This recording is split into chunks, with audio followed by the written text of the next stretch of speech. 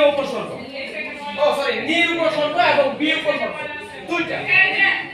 কিন্তু আমরা যেটা জানি যে উপসর্গের নিজস্ব কোনো অর্থ নেই, এই কারণে বলে উপসর্গের অর্থ দ্রুতকতা আছে কিন্তু অর্থ বাচকতা নেই।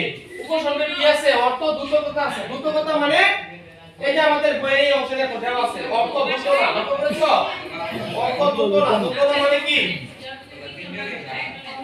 হ্যাঁ, মানে অর্থ বোঝে অর্থ। দেখো উপসর্গ শব্দের গঠন এবং হচ্ছে সাধিত শব্দ, এই সাধিত শব্দের যে অর্থ সেটা হচ্ছে দ্রুত না।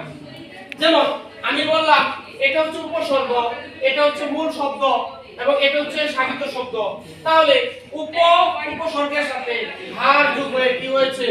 উপহার। এখন এই উপহার শব্দটার অর্থ কি? আমরা ইংরেজিটা ভালো পারি, গিফট। এর বাংলা অর্থ হচ্ছে উপঢৌকন। লক্ষ্য করো, এই যে এইটাকে বলে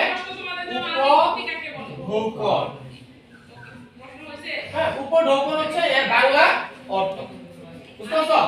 এবার আমাদের বইয়ের মধ্যে অনেকগুলো দেখো দেয়া আছে উপসর্গের যে কাজ।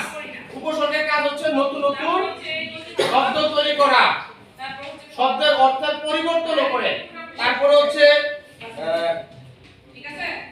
বিপরীত অর্থ প্রকাশ করে। বুঝতে পারছো? যেমন নতুন শব্দ তৈরি করতে সমযোগ বাদ সমান সমান কি হবে? সমবাদ। তারপরে বিবাদ, বি যোগ বাদ সমান সমান বিবাদ। এবার লক্ষ্য করে দেখো উপসর্গের আরেকটি কাজ হলো শব্দের অর্থ পরিবর্তন করা। যেমন নজর একটি শব্দ, আমরা জানি এই যে অকাশ যেমন হলো ঠিক এখানে আমরা দিতে পারি নজর। নজর শব্দের আছে সুনজর দেয়া যায়, সুনজর, তোমরা বুঝতে পারছো? সুনজর।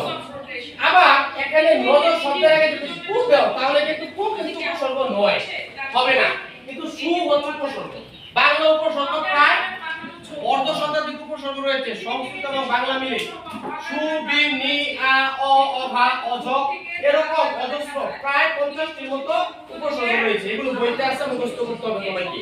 ঠিক আছে?